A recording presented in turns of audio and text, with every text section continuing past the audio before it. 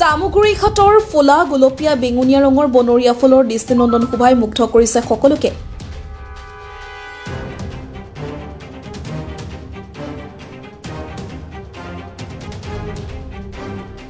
Selfie জোনত পৰিণত জামুগুৰি ঘাটৰ পিংকলেণ্ড। জামুগুৰি ঘাটৰ পথাৰত ফুলাই এবিধ গোলপীয়া বেঙুনীয়া ৰঙৰ বনৰীয়া ফুলৰ দৃষ্টিনন্দন শোভাই এতিয়া মুগ্ধ কৰিছে সকলোকে। অঞ্চলটোৰ বৰাচুকৰ সমীপত থকা চাৰিলেনযুক্ত ৰাষ্ট্ৰীয় ঘাইপথৰ কাষতে কেইবাবিঘা পথৰুৱা ভূমিত ফুলা এই ফুলৰ সৌন্দৰ্যত এতিয়া বিভোৰ সকলো। এখন গোলপীয়া বেঙুনীয়া ৰঙৰ কাৰ্পেটৰ দৰে বিয়পি থকা এই বনৰীয়া ফুলৰ সৌন্দৰ্য পান কৰিবলৈ এতিয়া জামুগুৰি ঘাটৰ বৰাচুকৰ পথাৰখনলৈ দৈনিক সমাগম ঘটিছে বহু লোকৰ।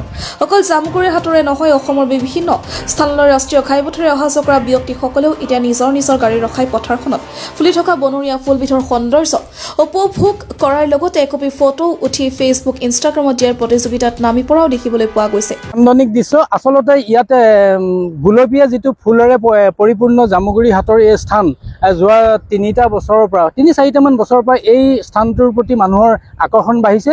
প্ৰায় 10-15 বিঘা মাটিত ইয়াতে প্ৰকৃতিগতভাৱে সৃষ্টি হয় এই ফুল, গোলপীয়া ফুল। আৰু এই ফুলক আজি কিছু বছৰৰ পৰা ৰাইজে নামাকৰণ কৰিছে পিংলেণ্ড হিচাপে। এই পিংলেণ্ডৰ সৌন্দৰ্য উপভোগ কৰিবলৈ আমি দেখিছোঁ। ময়ো আজি আহিছোঁ, ধলাই বিলৰ পৰা আহিছোঁ। ইয়াতে চেলফি উঠিম, ভিডিঅ' কৰিম, এনজয় কৰিম।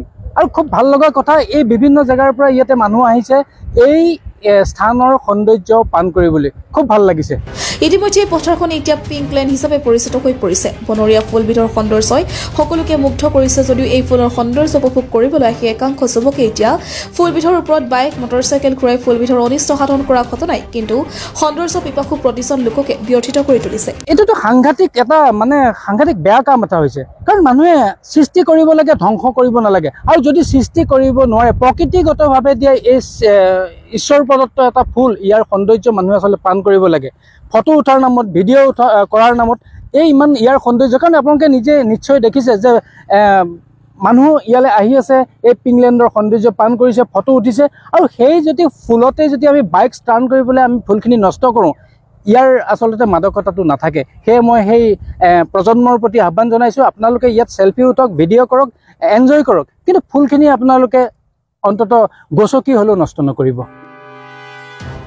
News desk report, the north east times.